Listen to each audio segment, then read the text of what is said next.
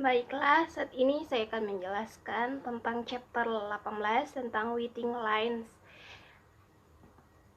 Di sini, why is there waiting? Waiting lines ini adalah antrian, dan waiting lines ini terjadi ketika tidak ada keseimbangan sementara ada supply atau kapasitas dan demand. Nah, waiting lines ini menambah biaya operasi dan demand dan menemukan hal negatif pada layanan pelanggan. Jadi, jika permintaan lebih kurang dari kapasitas, maka akan pemberosotan sumber daya akan terjadi. Selanjutnya, saat ini saya akan menjelaskan tentang waiting lines managerial implementation. Jadi, manajerial memiliki sejumlah alasan yang sangat baik untuk memperhatikan waiting lines. Di sini terdapat 5. Yang pertama itu biaya untuk menyediakan ruang waktu. Kedua, memungkinkan kerugian jika pelanggan meninggalkan antrian sebelum dilayani atau menolak menunggu sama sekali.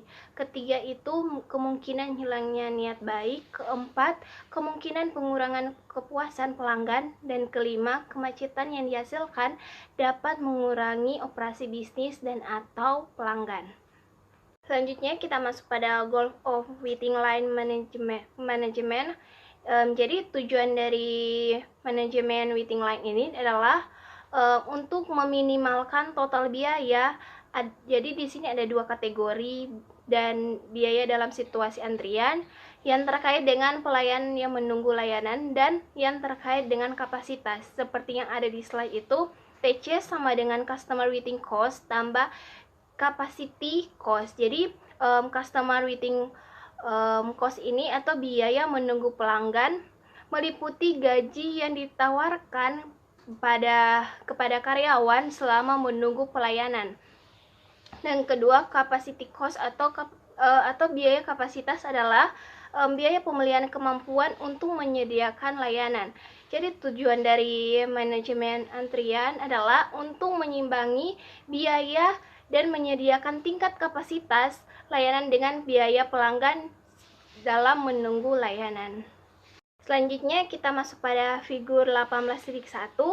Jadi di dalam slide ini, di dalam figur ini menjelaskan untuk minimalkan total biaya. Jadi di dalam kurva ini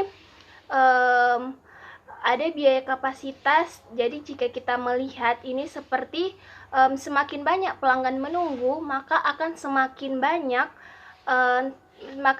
tinggi biaya, dan kemungkinan ini adalah biaya kapasitas. Jadi jika kita menambah 2 baris yang bersama-sama, kita akan mendapatkan biaya total ini, dan titik minimum di sana itulah layanan optimal kapasitas layanan. Selanjutnya kita masuk pada waiting lines karakteristik. Di sini terdapat 4, tapi yang nomor 1 dan 2 saja akan saya jelaskan. Yang pertama itu population source atau sumber populasi. Ini adalah pendekatan yang digunakan dalam menganalisis masalah antrian tergantung pada apakah jumlah pelanggan potensial terbatas. Nah, di sini terdapat 2 kemungkinan sumber tak terbatas dan sumber terbatas populasi. Jadi dalam sebuah situasi sumber tak terbatas itu adalah potensial jumlah pelanggan yang sangat melebihi kapasitas sistem, di mana situasi sumber tak terbatas ada setiap kali layanan tidak dibatasi. Contohnya adanya supermarket, toko obat, bank, restoran, dan lain-lain. Nah, secara teoretik, sejumlah besar pelanggan dari populasi call dapat meminta layanan kapan saja ketika jumlah pelanggan potensial terbatas. Nah, situasi sumber tak terbatas yang kedua ini ada contohnya adalah teknis perbaikan yang bertanggung jawab atas sejumlah mesin tertentu di sebuah perusahaan.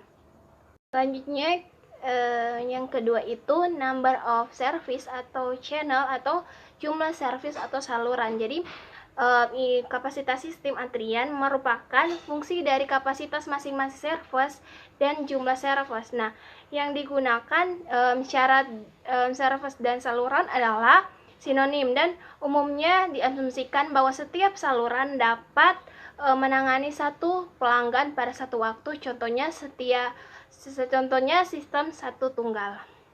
Selanjutnya kita masuk pada figur 18.2 seperti yang ada di slide.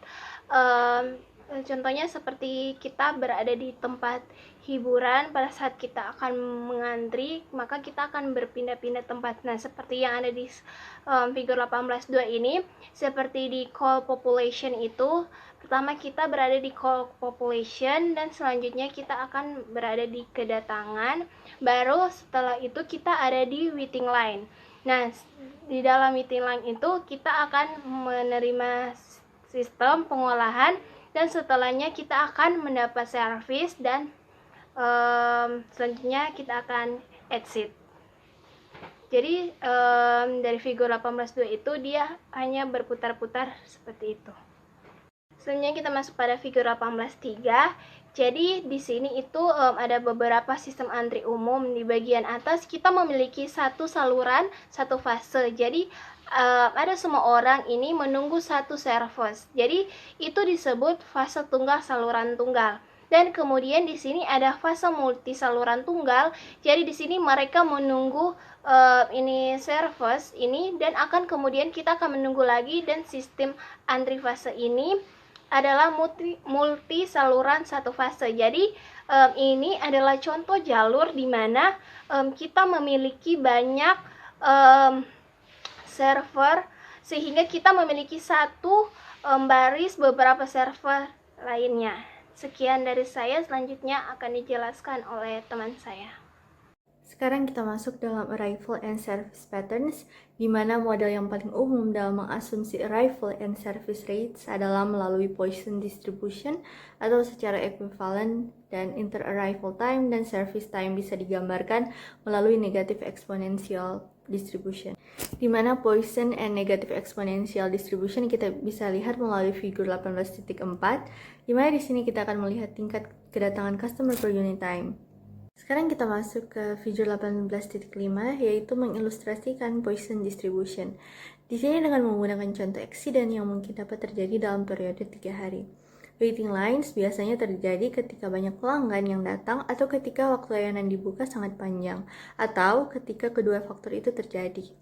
Contohnya pada figur 18.5b, day 1. Di sini tercantum bahwa waktu pelayanan untuk customer 7 adalah cukup panjang dibandingkan dengan yang lain.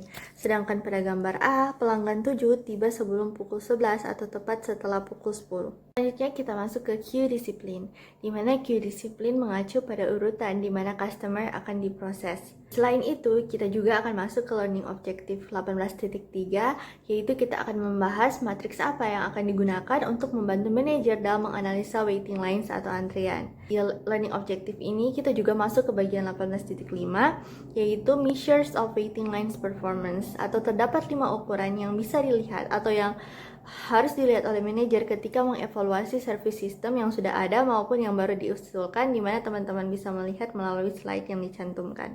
Sekarang kita masuk ke bagian 18.6, yaitu queuing models infinite source. Bagian ini terdapat 4 model queuing, di mana teman-teman bisa melihat dalam slide yang telah tertera.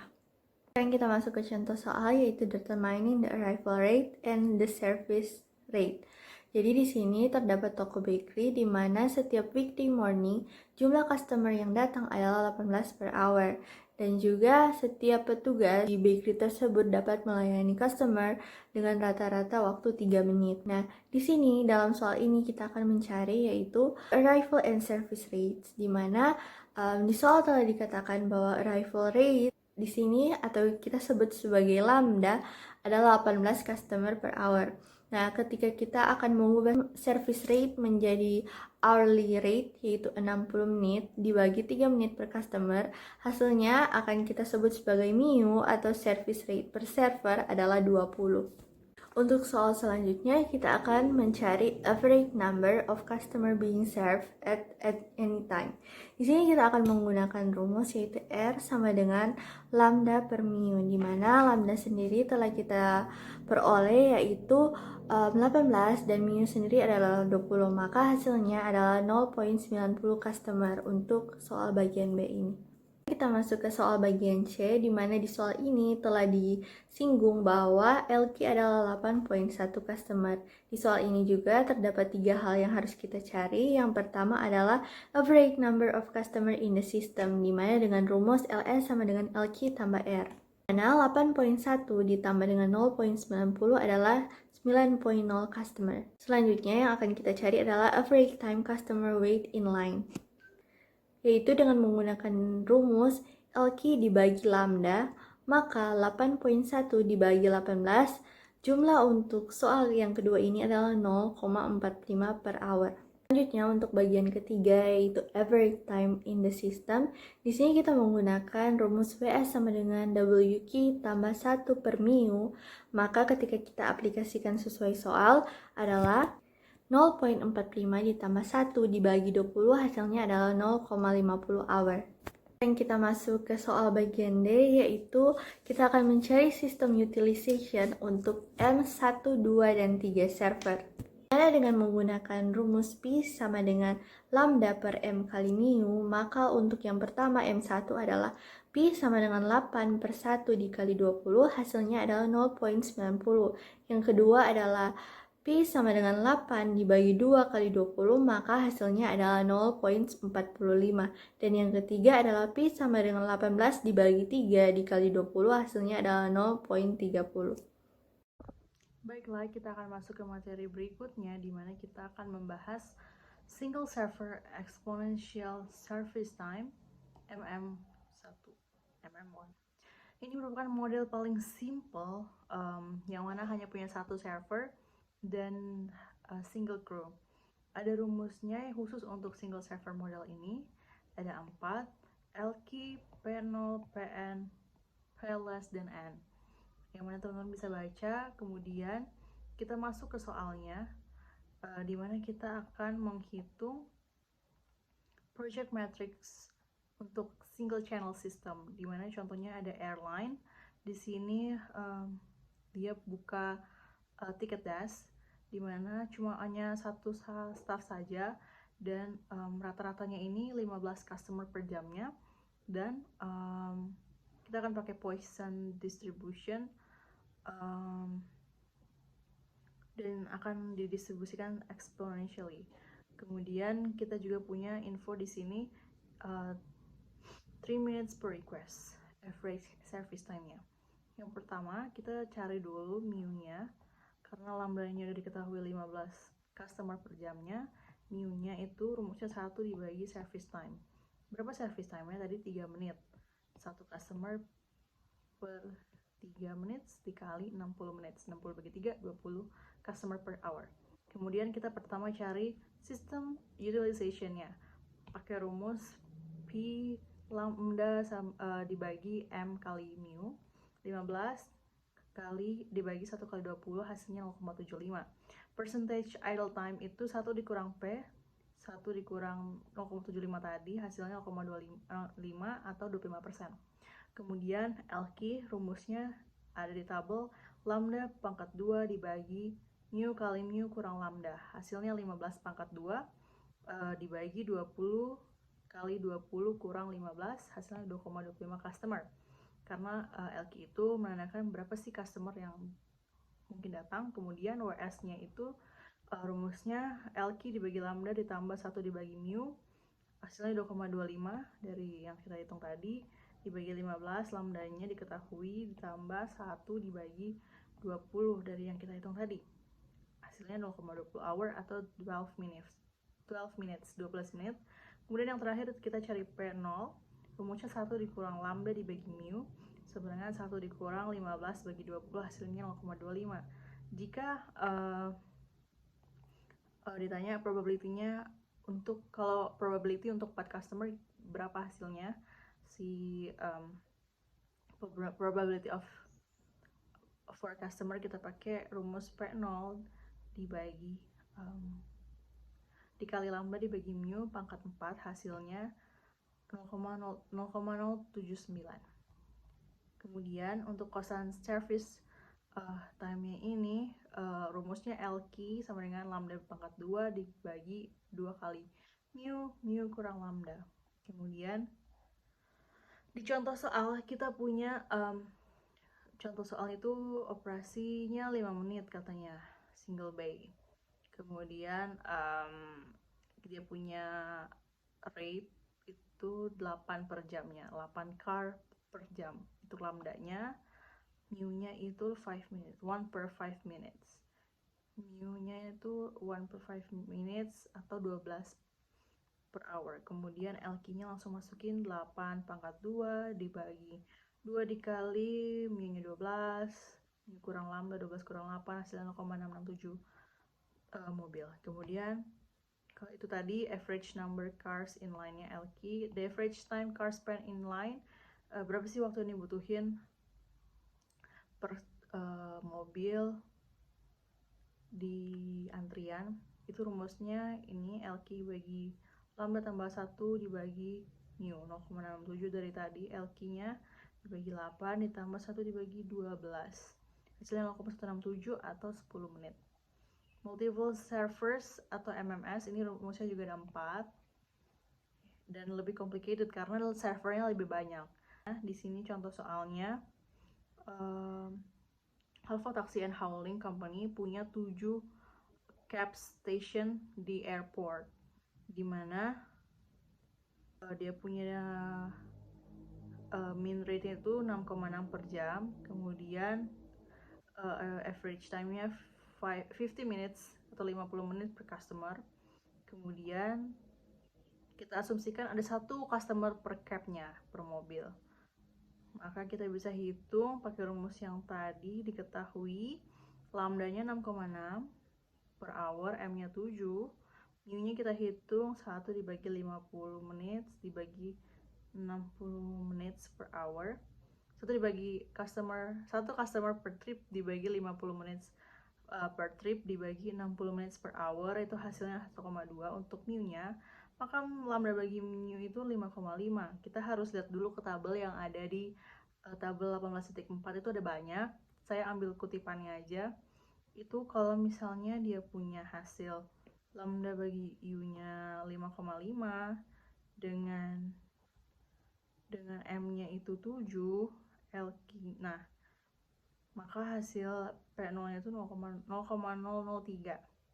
Kemudian kita bisa masukin ke rumus yang WA, LQ-nya kan 1,674 customers dan P0-nya 0,003, maka WA-nya itu 1 dibagi M kali mu dikurang lambda, 1 dibagi 7 dikali 1,2,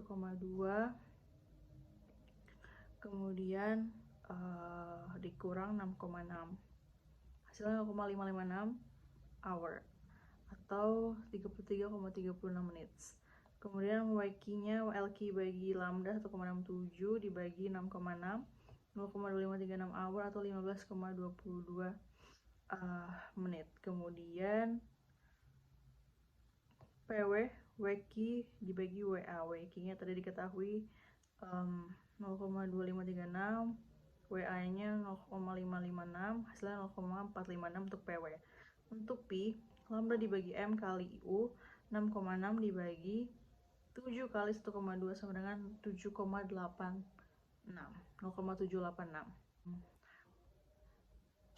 Maka itu saja yang bisa saya bawakan. Selanjutnya akan dijelaskan oleh teman saya.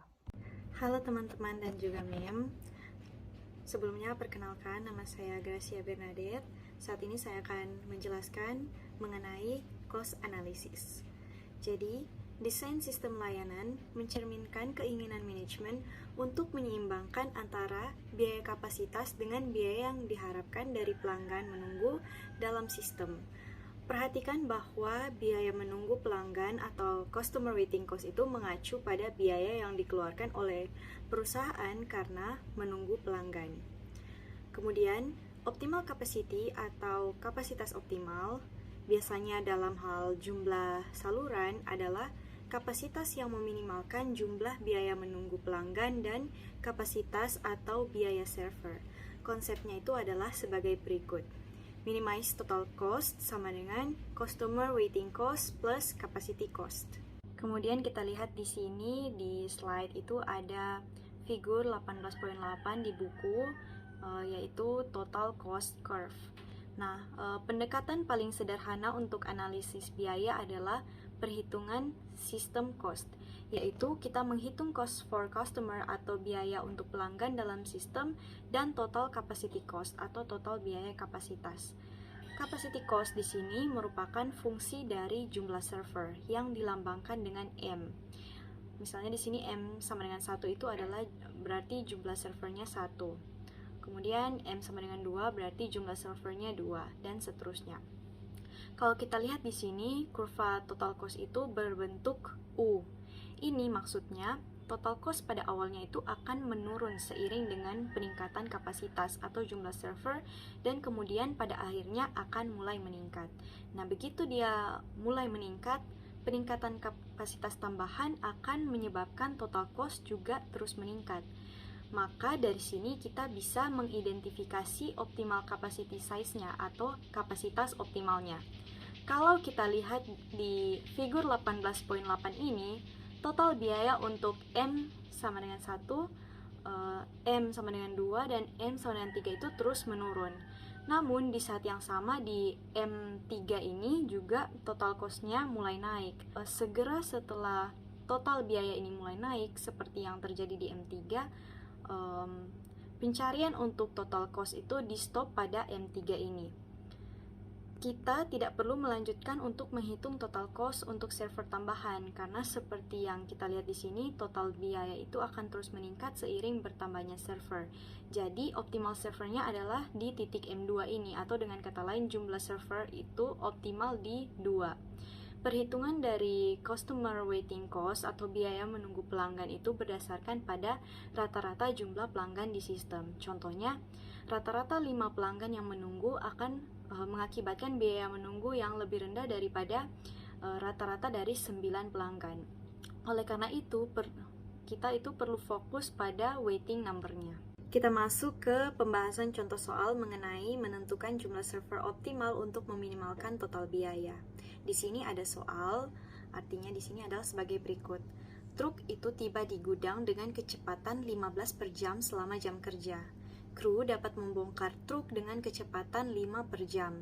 Tingkat bongkar yang tinggi ini karena pengemasan kargonya. Perubahan tingkat upah baru-baru ini telah menyebabkan manajer gudang memeriksa kembali berapa banyak kru yang akan digunakan.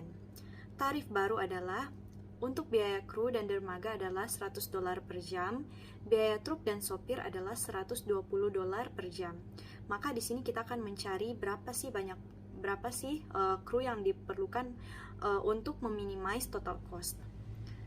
Nah, di sini diketahui customer arrival rate atau lambdanya adalah 15. Kemudian service rate per server atau mu-nya adalah 5. Kita bagi lambda dan mu-nya dan dapatlah nilai 3. Nah, karena kita sudah mendapatkan nilai lambda per mu-nya, kita lihat di tabel 18.4. Untuk lambda per mu 3 itu nilai M atau jumlah krunya adalah 4, 5, 6, 7, 8. Kemudian nilai LQ-nya di sini adalah 1.528 dan seterusnya. LQ itu adalah the average number of customers waiting for service. Nah, kita masukkan data-datanya dalam tabel ini. Untuk crew dan dock cost-nya, kita kalikan number of crew dengan cost-nya, yaitu sesuai soal 100 per hour. Setelah itu kita hitung nilai LS atau average number in system dengan rumus ini. LS sama dengan LQ tambah lambda per mu. Kita masukkan nilai LQ-nya sesuai dengan yang ada di tabel 18.4, kemudian ditambah dengan nilai lambda per mu-nya yaitu 3, dan didapatkan jumlah LS-nya untuk M4 itu sama dengan 4.528, M5 3.354 dan seterusnya. Setelah itu kita kalikan LS dengan 120 untuk mendapatkan driver or truck cost-nya. Kalau kita lihat di soal, $120 ini adalah tarif baru dari biaya truk dan sopir. Maka didapatlah driver or truck cost-nya untuk masing-masing server. M4 itu sama dengan $543.36, M5 itu $402.48 dan seterusnya. Yang terakhir, untuk total cost, kita tambahkan crew and dock cost dengan driver or truck cost-nya. Kemudian kita cari nilai terkecil dari total cost yang ada. Nah, di sini yang paling kecil adalah $902.48 untuk M5. Maka dari itu, hasilnya didapatkan bahwa 5 kru itu akan meminimaskan total cost. Nah, di sini juga terlihat bahwa total biaya meningkat seiring dengan meningkatnya ukuran kru dari 5 kru ke 6 kru dan seterusnya. Ini menunjukkan bahwa 5 kru ini adalah titik optimalnya. Selanjutnya, kita akan membahas mengenai maximum line length. Isu lain yang sering muncul dalam perencanaan kapasitas adalah berapa jumlah ruang atau space yang harus dialokasikan untuk waiting line. Perkiraan panjang garis yang akan memenuhi persentase tertentu dapat ditentukan dengan menyelesaikan persamaan berikut. Untuk persamaannya bisa teman-teman lihat di slide berikut ini. Untuk mengetahui bagaimana gambarannya, kita langsung saja ke pembahasan soalnya. Soalnya adalah sebagai berikut. Tentukan panjang maksimum garis tunggu untuk probabilitas 95% dan 98% untuk sistem di mana M sama dengan 2, lambda sama dengan 8 per jam, dan mu sama dengan 5 per jam. Jadi kita cari dahulu R dan P-nya, di mana R itu adalah the average number of customer being served dan P adalah the system utilization. Untuk R, kita kembali menggunakan rumus lambda per mu, di mana lambdanya adalah 8 dan mu-nya adalah 5 dibagi dan dapat hasilnya 1,6. Untuk P, kita bagikan lambda dengan mu yang dikalikan dengan jumlah servernya, maka hasilnya adalah 0,8. Kemudian berdasarkan tabel 18.4, nilai LQ untuk M2 adalah 2,844. Yang pertama kita cari adalah untuk probability 95%. Kita gunakan rumus yang ada di slide sebelumnya. Jadi kita masukkan angka-angka yang sudah kita dapat tadi ke dalam rumus ini, di mana K sama dengan 1 kurang persentasenya itu 0,95 per LQ itu sama dengan tadi 2,844 dalam kurung 1 kurang P-nya itu 0,80. Kita hitung dan hasilnya adalah 0,088. Kemudian untuk Lmax ini kita gunakan in. Jadi di sini in K per in P. Kita bisa menghitung menggunakan kalkulator ilmiah. Berikut adalah cara perhitungannya.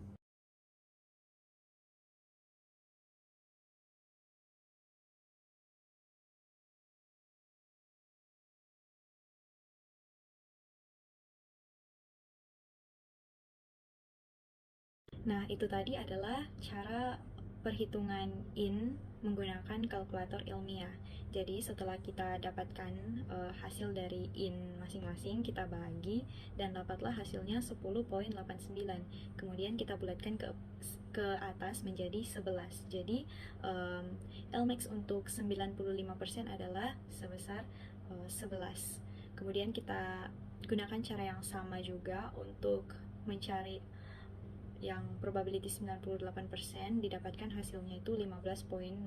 Kemudian dibulatkan ke bawah menjadi 15 untuk Lmax probability 98%. Selanjutnya kita akan membahas mengenai multiple priorities. Dalam banyak sistem antrian, pemrosesannya terjadi berdasarkan siapa yang datang pertama, itu akan dilayani pertama. Namun, ada situasi di mana aturan ini itu tidak tepat. Pasalnya, waiting cost atau penalti yang dikeluarkan tidak sama untuk semua pelanggan.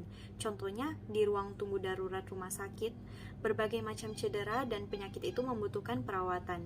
Beberapa mungkin hanya hal kecil, misalnya irisan di jari dan lain-lain. Dan yang lain itu mungkin jauh lebih serius, bahkan bisa mengancam jiwa. Maka logisnya lebih baik untuk menangani kasus yang paling serius terlebih dahulu dan membiarkan kasus yang tidak serius ini untuk menunggu sampai semua kasus yang serius ini ditangani. Nah, dalam kasus seperti ini, multiple priority model berguna untuk menggambarkan waktu tunggu pelanggan.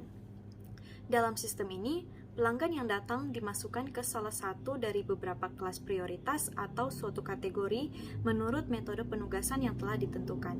Misalnya di rumah sakit, di ruang gawat darurat rumah sakit, serangan jantung, cedera serius, dan orang yang tidak sadar itu dimasukkan ke kelas prioritas tertinggi. Untuk yang sekedar keseleo, luka ringan, memar, dan ruam itu dimasukkan ke kelas terendah. Dan masalah lain itu ditugaskan ke satu atau lebih kelas menengah. Pelanggan kemudian diproses berdasarkan kelasnya, di mana kelas tertinggi terlebih dahulu.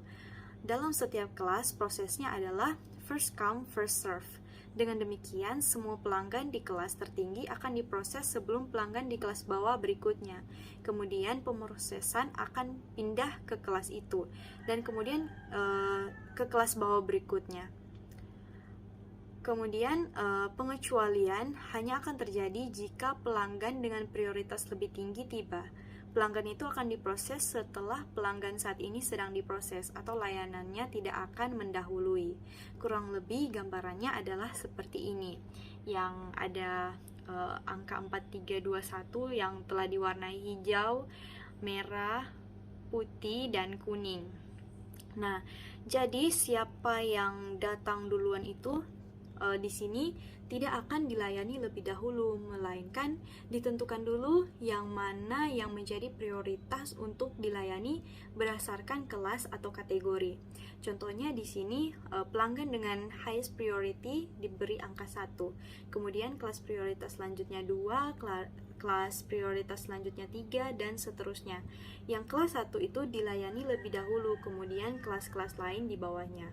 Dalam setiap kelas, unit tunggu atau customer, dalam hal ini customer itu diproses sesuai urutan kedatangannya, yaitu first come, first serve. Jadi di urutan 1 ini, di kelas pertama ini, yang pertama itu akan diproses segera setelah server tersedia. Yang kedua akan diproses ketika server itu atau yang lain tersedia. Jika sementara dalam proses pelayanan kelas yang satu yang lainnya itu tiba, dia akan menjadi yang berikutnya sebelum 2 yang pertama. Tapi jika tidak ada pendatang baru, hanya 2 yang akan diproses oleh server berikutnya yang tersedia. Pada saat itu, jika 1 atau 2 itu baru tiba, itu akan mereka akan diproses di depan 3 dan 4. Sebaliknya, jika 4 itu baru 3, dia akan ditaruh di akhir baris. Maka dari itu, unit dengan prioritas rendah mungkin bisa memiliki waktu tunggu yang agak lama untuk diproses. Dalam beberapa kasus, unit yang telah menunggu lebih dari beberapa waktu yang ditentukan itu dipindahkan ke prioritas yang lebih tinggi. Sekian dari saya, terima kasih. Kita masuk dalam menentukan metrik sistem untuk sistem prioritas berganda.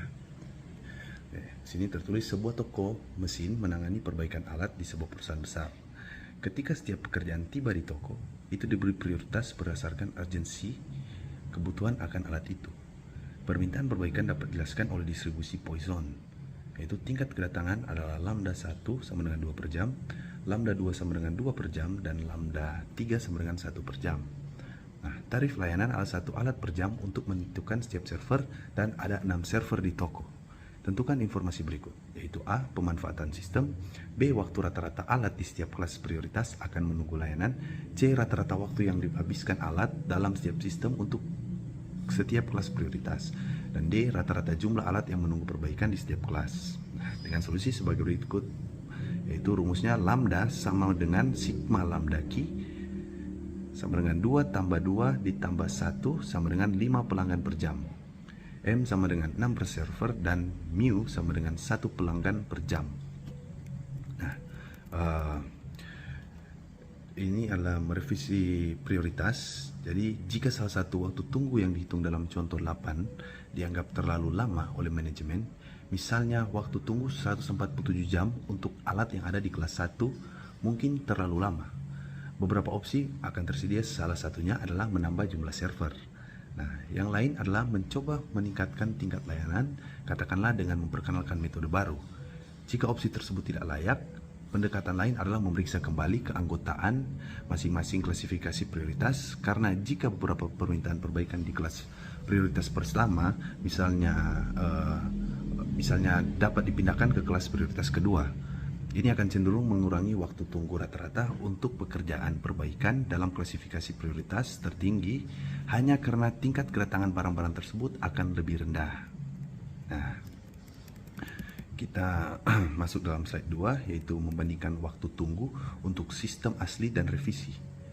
Itu manajer bengkel setelah berkonsultasi dengan manajemen departemen yang menggunakan layanan toko telah merevisi daftar alat yang diberikan prioritas tertinggi. Hal ini tercermin dari tingkat kedatangan yang direvisi.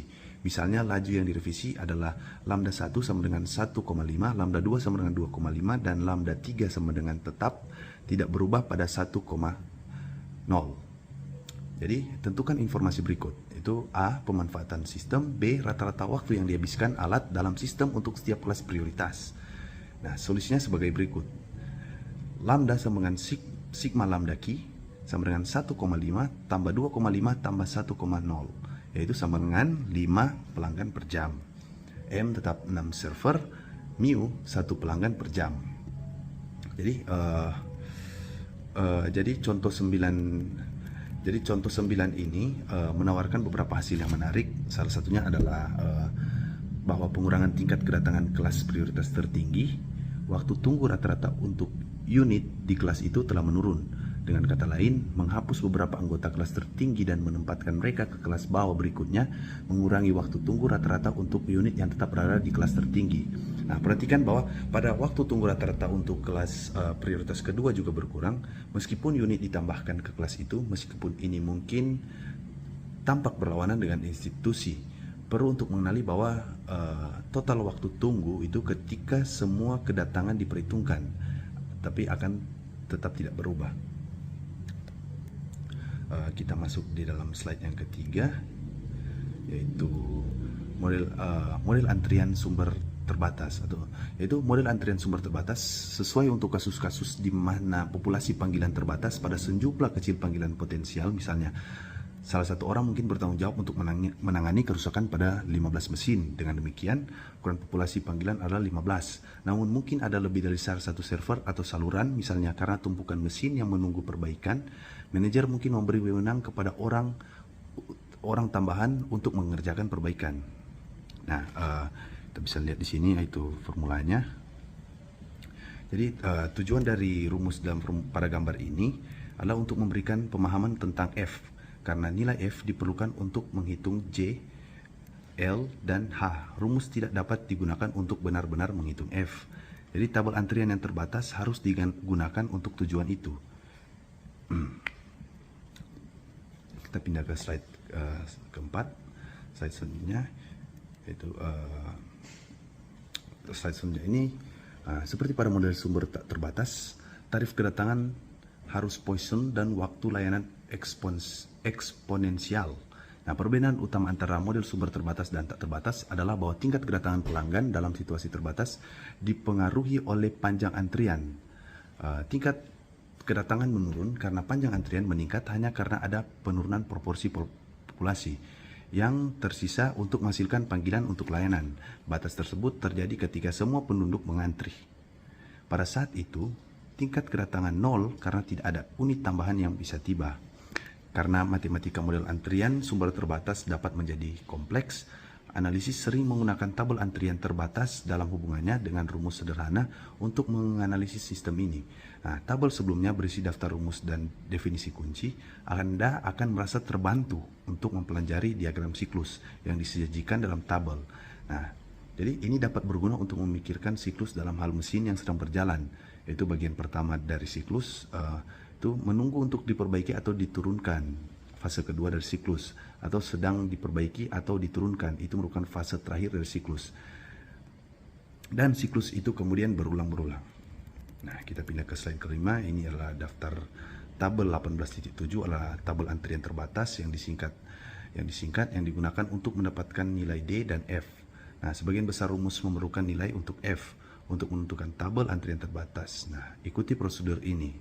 Kita masuk dalam slide ke-6, yaitu identifikasi nilai untuk A, N atau ukuran populasi, B yaitu M jumlah server atau saluran, C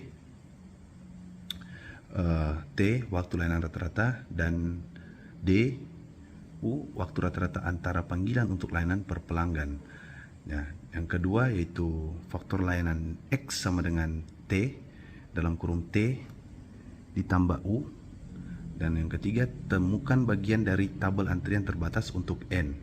Dan keempat, dengan menggunakan nilai X sebagai titik masuk, tentukan nilai D dan F yang sesuai dengan M. Dan yang kelima adalah gunakan nilai X, M, X, dan D dan F sesuai kebutuhan untuk menentukan nilai ukuran kinerja sistem yang diinginkan.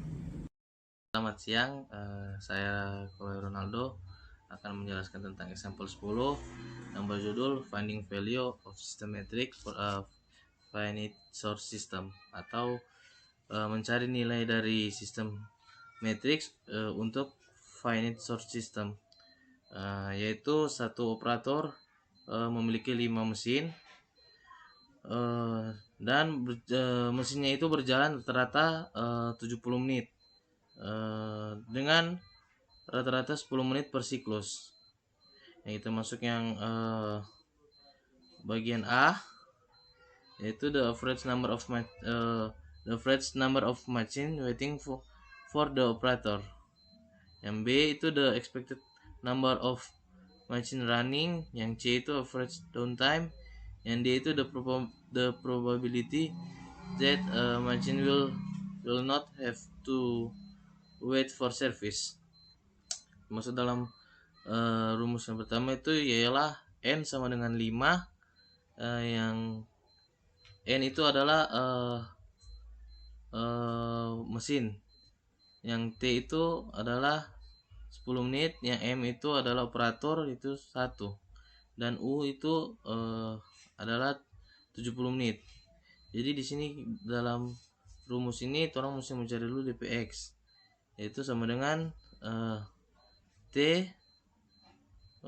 bagi T tambah U sama dengan T itu adalah 10 bagi 10 tambah U itu adalah 70 menit, yaitu sama dengan 0.125. Ya, dalam from tabel 18.7 N itu sama dengan 5, M itu sama dengan 1, dan X itu sama dengan 0.125, dan D itu sama dengan 0.575, dan F itu sama dengan 0.920. Yang pertama itu average number waitingnya L sama dengan N dalam kurung 1 kurang F sama dengan 5. N itu sama dengan 5 kurang 1 dalam kurung 1 kurang F itu adalah 0.920 sama dengan itu 0.40 mesin. Yang B itu expected number runningnya itu J sama dengan N kali F dalam kurung 1 kurang X, yaitu sama dengan 5 dalam kurung 0.920 dalam kurung lagi 1 kurang 0.125 sama dengan 4.025 mesin.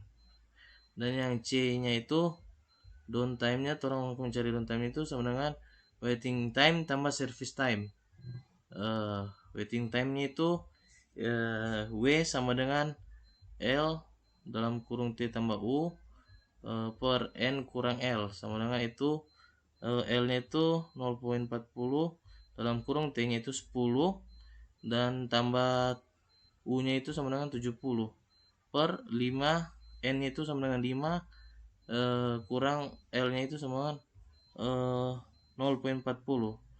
Jadi hasilnya 6.957, dan downtime nya itu ialah waiting time nya 6.957 tambah service time nya itu 10 menit, yaitu sama dengan 16.957 menit. Dan yang D nya itu probability of not waiting nya itu sama dengan 1 kurang probability of waiting sama dengan 1 kurang D. 1 kurang D itu ialah 0.575 sama dengan 0.425. Kita masuk ke dalam example ke 11.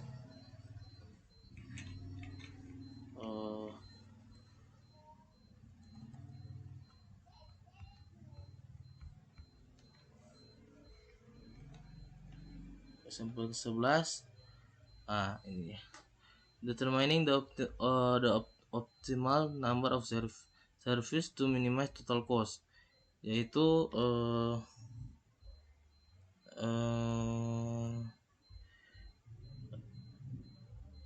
misalkan dalam contoh example 10 itu drone dibayar itu 10 dolar per jam, 10 dolar per jam, dan biaya downtime-nya itu per mesinnya 16 dolar per jam. Jadi di sini orang mau compare total cost-nya dengan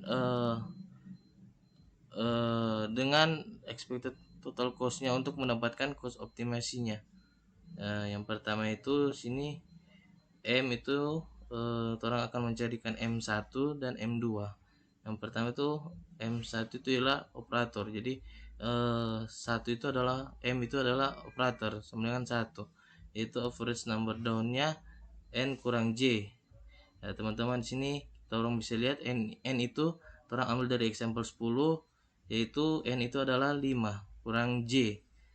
Ya, jadi hasilnya di situ ialah 0.975, dan yang keduanya itu bagian average down cost per hour-nya itu dalam kurung N kurang J,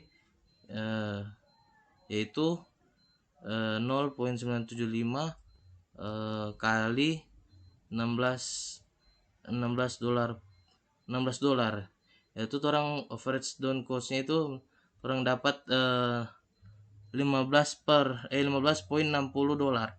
Yang di bagian operator cost-nya itu sama dengan soalnya yang di atas itu 10 dolar.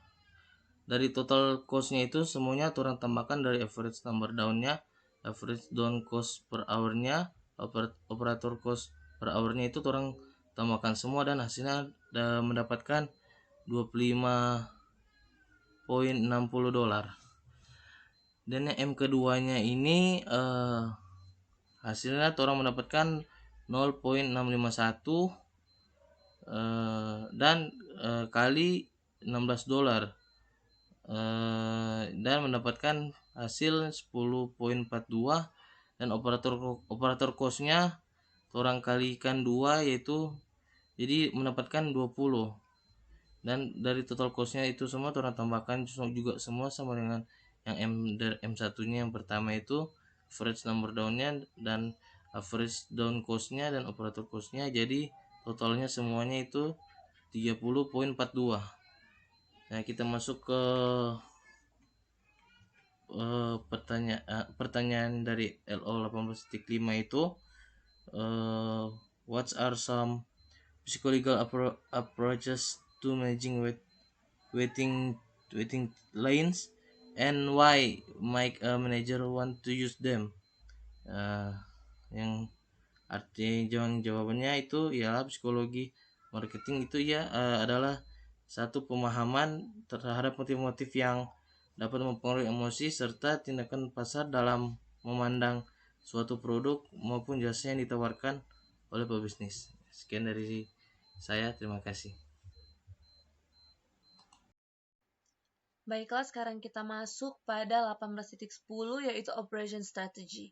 Jadi di operation strategy ini, manajer itu harus berhati-hati dalam assess cost dan benefit. Nah, bekerja untuk meningkatkan kecepatan processing mungkin merupakan opsi yang bermanfaat daripada menambah number of servers. Peralatan processing yang baru ataupun metode processing dapat berkontribusi pada tujuan ini. Salah satu faktor penting untuk dipertimbangkan adalah kemungkinan mengurangi variabilitas waktu processing dengan meningkatkan derajat standarisasi layanan yang disediakan. Faktanya, manajer dari semua layanan akan bijaksana untuk mengejar tujuan ini. Tidak hanya untuk keuntungan pengurangan waktu tunggu, tetapi juga karena keuntungan dari standarisasi pelatihan server. Dan karena itu mengurangi biaya dan waktu tersebut. Dan karena potensi peningkatan kualitas karena variasi persyaratan layanan yang menurun. Pendekatan lain mungkin melibatkan upaya untuk mengalihkan beberapa kedatangan ke off-time dengan beberapa sistem reservasi penawaran khusus, early bird, diskon senior, ataupun beberapa pendekatan yang digunakan untuk mengatur waktu tunggu pelanggan. Penting juga untuk mengetahui bahwa model yang disajikan dalam bab ini melibatkan asumsi tentang probability distribution. Maksud saya probability distribution of arrivals and service that may not be completely satisfied in practice, yang mungkin tidak sepenuhnya terpenuhi dalam prakteknya. Nah, baik, sekarang kita masuk pada problem 1. Jadi di problem 1 ini kita soalnya itu infinite source atau infinite source. Jadi salah satu fitur dari New Machine Shop itu akan menjadi box alat yang lengkap. Manajer toko harus memutuskan jumlah petugas yang dibutuhkan. Nah, kita langsung saja di solutionnya. Jadi di sini kan diketahui dia punya alpha itu 18 per hour. Terus dia punya mu 20 per hour. Nah, di sini kita akan menggunakan trial and error approach. Jadi itu mengungkapkan total biaya alternatif yang layak, yaitu pemanfaatan kurang dari 100% dan pemilihan alternatif biaya terendah. Perhatikan bahwa kurva total akan selalu membentuk U menambah jumlah server hingga total biaya menunjukkan peningkatan dari nilai sebelumnya. Yang optimal adalah jumlah server yang menghasilkan total nilai biaya sebelumnya. Dengan demikian, di sini kan number of servers itu yang satu itu 8,1. Nah, 8,1 tambah 0,9 itu 9,0. 0,9 ini dapat dari mana? Dari 18 bahagi 20. Nah, terus cost server cost-nya itu per jam 20, mechanic cost per jam itu $270. Dan total cost-nya itu adalah 20 tambah 270. Jadi $290. Begitu juga nomor 2, 0,229. Jadi 0,229 ditambah dengan 0,9. Hasilnya 1,129. Nah, dia punya server cost itu 40. 40 tambah 33,87. Hasilnya adalah $74. Begitu juga nomor 3, 0,03 tambah 0,9 sama dengan 0,93. Nah, server cost-nya itu 60 ditambah dengan 27,90, hasilnya 88.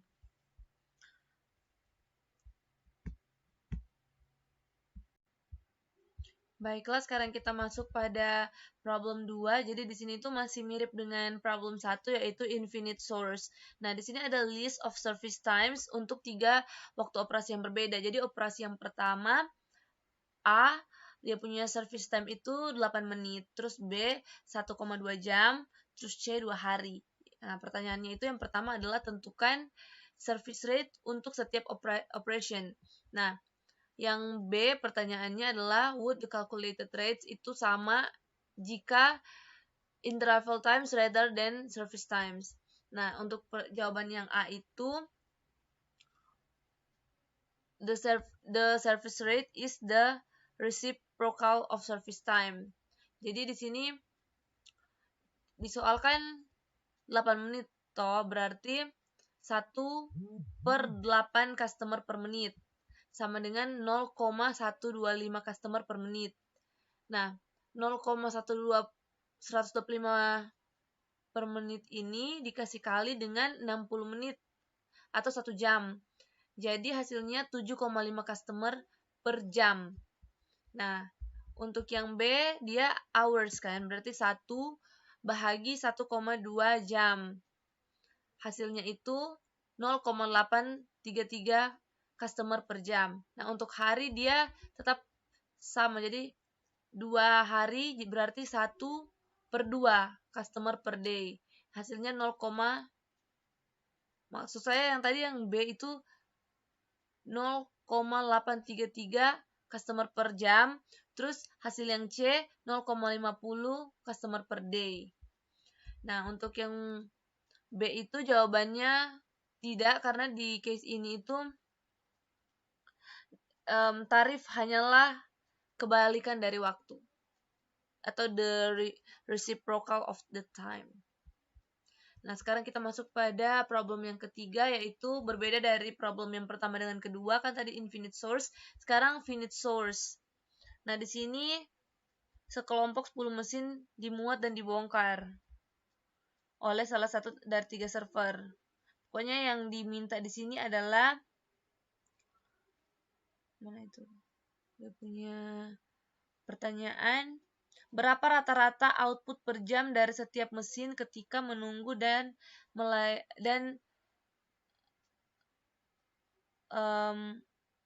surfing. Nah, jadi berapa rata-rata output per jam dari setiap mesin ketika menunggu dan surfing. Nah, di sini kita pakai, jadi kita tentukan dulu dia punya T, jadi T-nya itu 9 menit, terus U-nya itu 6 menit. Nah, 9 per 9 tambah 6 itu 0,60. M itu 3 server yang bisa kita lihat pada tabel 18.7. Nah, F-nya itu berarti 0,500, terus N-nya itu 10 mesin.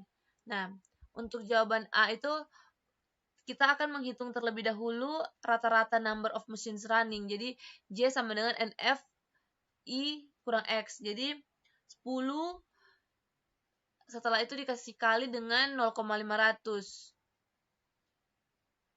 Setelah itu dikalikan juga lagi dengan 0,40 sama, jadi hasilnya itu adalah 2. Terus yang B, determine the percentage of machine running and multiply by output while running. Nah, rumusnya itu J per N kali 16 per hour. Sama dengan berarti 2 per 10 dikasih kali dengan 16 per hour sama dengan 3,2 unit per hour per machine. Sekian presentasi dari kelompok kami. Terima kasih, Tuhan memberkati.